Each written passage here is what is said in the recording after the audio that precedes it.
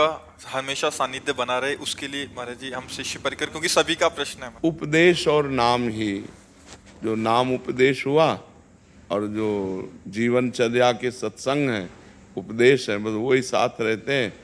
बका प्रभाव सामने तक ज्यादा रहता है, इसके बाद फिर नहीं रहता। महापुरुषों, हरि बाबा, उड़िया बाबा, अब महापुरुषों के सामने जो प्रभाव रहता है वो फिर धीरे धीरे शांत हो जाता है। माया फिर, महापुरुष जितना पोछा लगाते हैं, माया धूल डाल के उतले इसलिए जब तक श्वासें हैं तब तक आनंद ले लो, नहीं तो पता नहीं कब कौन किसकी कहाँ कैसे श्वास रुक जाए। बड़ा विचित्र खेल है, बड़ा भयावह संसार है, बड़ा भयावह है। भरोसा नहीं है शरीर का भाई, इसलिए हर समय राधा राधा राधा राधा नाम जप करो और जो उपदेश सुना है उसे आचरण में उतारो। यही संतों का सानिध्य है। शरीर तो ये टिकाऊ नहीं है, किसी का भी नहीं टिकाऊ है। सबको, बड़े बड़े सिद्धों को जाना पड़ा, जो चमत्कार के खजाने थे, जिनमें सिद्धियों के खजाने, उनको भी जाना पड़ा।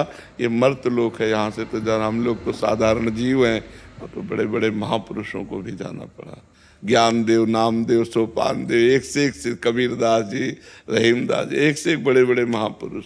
यहाँ बहुत महापुरुष आए महाराज जी, बिल्कुल। लेकिन ऐसा प्रेम, ऐसा अमृत जो आपने पिलाया है, ऐसा हमने 50 साल से अम्मी बिंदा में जुड़े हुए हैं जी जी, लेकिन हमने आप जैसा, ये राधा नाम का प्रभाव है। राधा 4 वृंदावन का, राधा ब्रह्मा का, राधा नाम का, जी उन्होंने भी इतना नहीं किया होगा जी, लेकिन आप तो साक्षात किशोरी जी के रूप। राधा राधा राधा, बस राधा राधा मुझमें समाजा इस तरह तन प्राण का जो तोर है, ना कोई फिर ये समझे तू और है मैं और बिल्कुल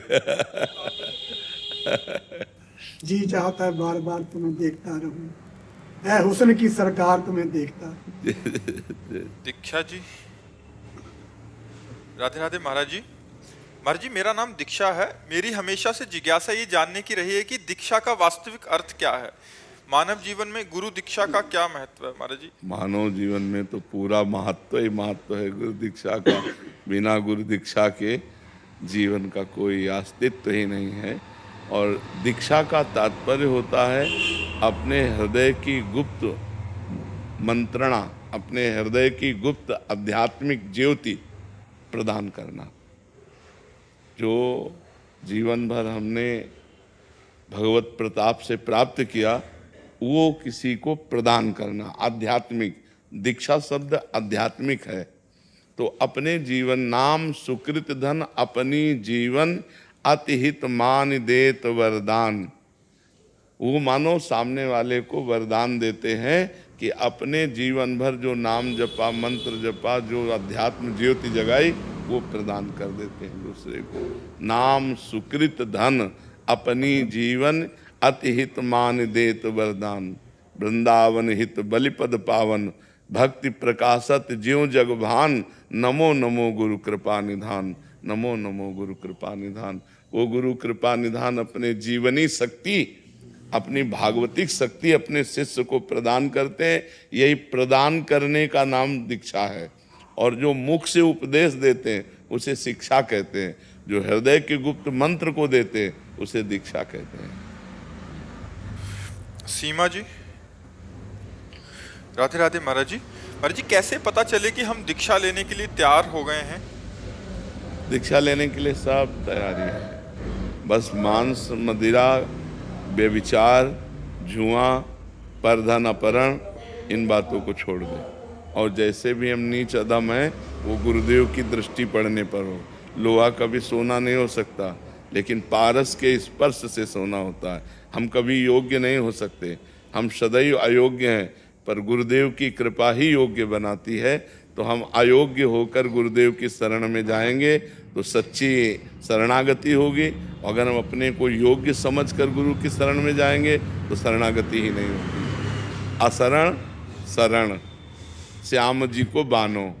जब हम असरण हुए तब शरणागति हुई, जब हम अयोग्य हुए तब गुरुदेव की शरण हुई।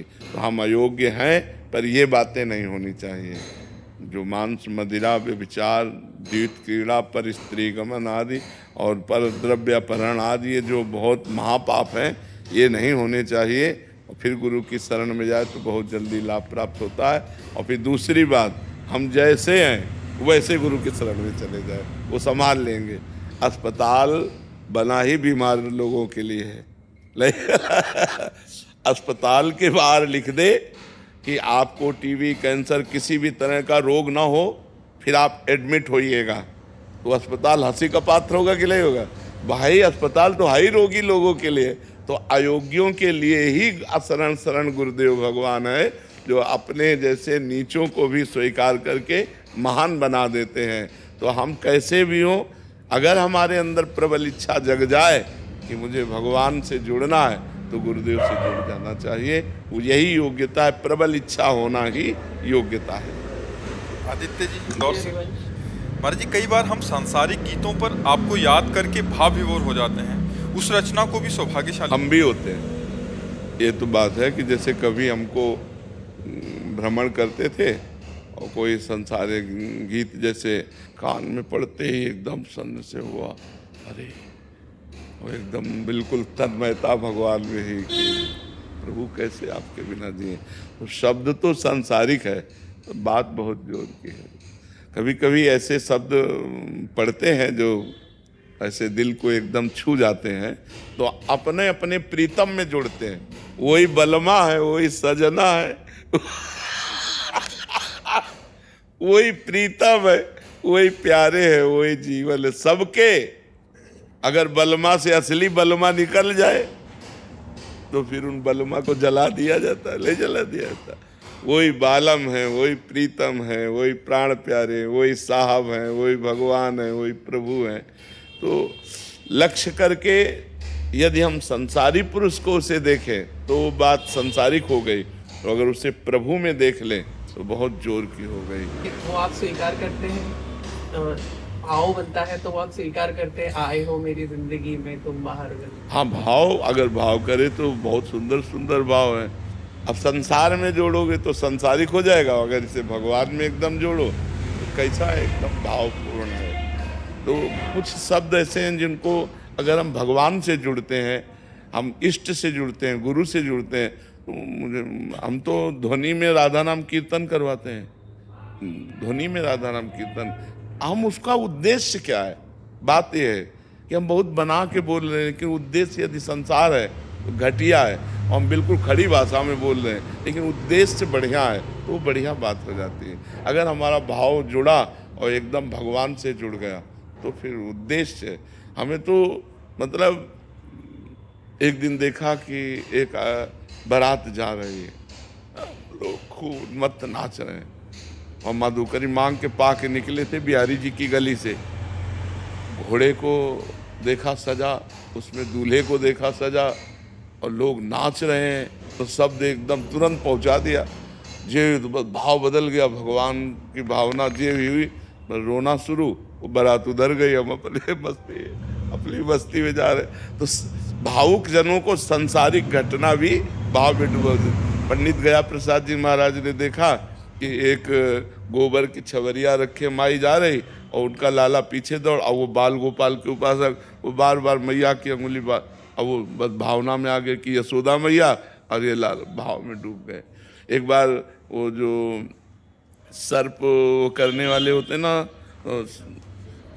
सपेरे, वो हाँ, तो वो संत वेश में ऐसे लाल कपड़े, वो साष्टांग दंडवत से। शिष्यों ने कहा महाराज जी ये संत नहीं। अरे बोले संत साक्षात संत। भावुक जनों को संसारिकता में भी साधुता और संसार में भी भगवान नजर आते हैं, और जो संसारी पुरुष